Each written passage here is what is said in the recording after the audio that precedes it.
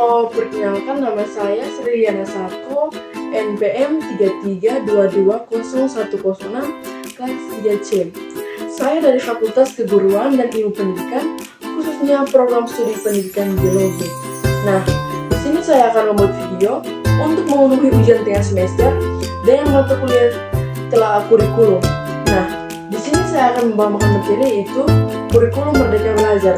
Jadi, kurikulum Merdeka Belajar adalah kurikulum yang memberikan kesempatan bebas belajar kepada seseorang tanpa ada tekanan dengan memperhatikan minat dan bakat yang dimilikinya. Selanjutnya, landasan kurikulum Merdeka Belajar. Yang pertama, pembukaan Undang-Undang Republik Indonesia tahun 1945 pada alinea keempat tercantum tujuan nasional bangsa Indonesia yang menunjukkan kesejahteraan umum dan mencerdaskan kehidupan bangsa. Yang kedua, pasal 31 ayat 3 menyatakan bahwa pemerintah mengusahakan dan menyelenggarakan sistem pendidikan nasional dalam rangka mencerdaskan kehidupan bangsa. Yang ketiga, Undang-Undang Sisdiknas tahun 2003 menimbang bahwa sistem pendidikan nasional harus mampu menjaminkan pemerintahan dan kesempatan pendidikan, peningkatan mutu, serta relevansi dan efisien untuk menghadapi tantangan sesuai dengan tuntunan perubahan kehidupan lokal dan nasional.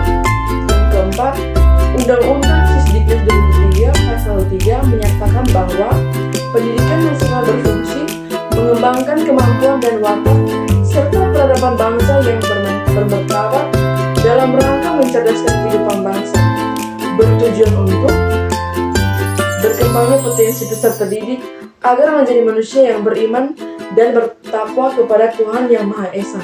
Yang kelima, nawacita kelima untuk meningkatkan kualitas hidup manusia Indonesia. Program pendidikan Merdeka Belajar meliputi 4 pokok kebijaksanaan antara lain yaitu ujian nasional atau UN. Yang kedua, perencanaan pelaksanaan pembelajaran atau RPP. Yang ketiga, ujian berstandar nasional atau UASBN. Yang keempat, peraturan penerimaan peserta didik baru. Nah, selanjutnya, karakteristik Merdeka Belajar. Yang pertama, fokus pada materi sesuai sehingga pembelajaran lebih mendalam.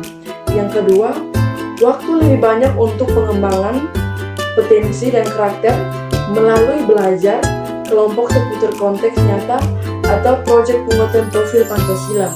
Yang ketiga, capailah pembelajaran berfase dan jam pelajaran yang fleksibel dan relevan dengan kebutuhan pelajaran dan kondisi yang sama pendidikan. Yang keempat, memberikan fleksibilitas bagi pendidikan dan dukungan perangkat agar serta materi pelatihan untuk mengembangkan kurikulum suatu pendidikan dan melaksanakan pembelajaran berkualitas. Yang kelima, mengedepankan gotong royong dengan seluruh pihak implementasi kurikulum Merdeka Belajar. Selanjutnya, implementasi kegiatan pembelajaran dalam kelas. Yang pertama, kepala sekolah harus siap membawa pelaksanaan kurikulum Merdeka ini mulai dari tahap perencanaan, pelaksanaan hingga evaluasi. Yang kedua, guru bertugas sebagai fasilitator yang memberikan kesempatan kepada peserta didiknya untuk belajar sesuai dengan minat dan bakatnya. Yang ketiga, berikan kebebasan kepada setiap peserta didik untuk memilih metode belajarnya. Yang keempat, di akhir periode pembelajaran agar peserta didik untuk membuat proyek.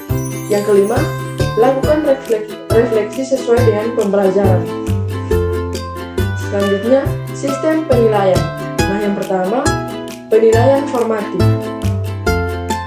Penilaian atau asesmen formatif bertujuan untuk memantau dan memperbaiki proses pembelajaran serta mengevaluasi pencapaian tujuan pembelajaran. Asesmen ini dilakukan untuk mengidentifikasi kebutuhan belajar peserta didik, hambatan atau kesulitan yang mereka hadapi dan juga mendapatkan informasi pendidikan peserta didik. Yang kedua, penilaian sumatif. Nah, penilaian atau asesmen sumatif pada jenjang pendidikan dasar dan menengah bertujuan untuk penilaian pencapaian tujuan pembelajaran atau CP peserta didik sebagai dasar penentuan kenaikan kelas atau kelulusan dan suatu pendidikan. Sekian dan terima kasih.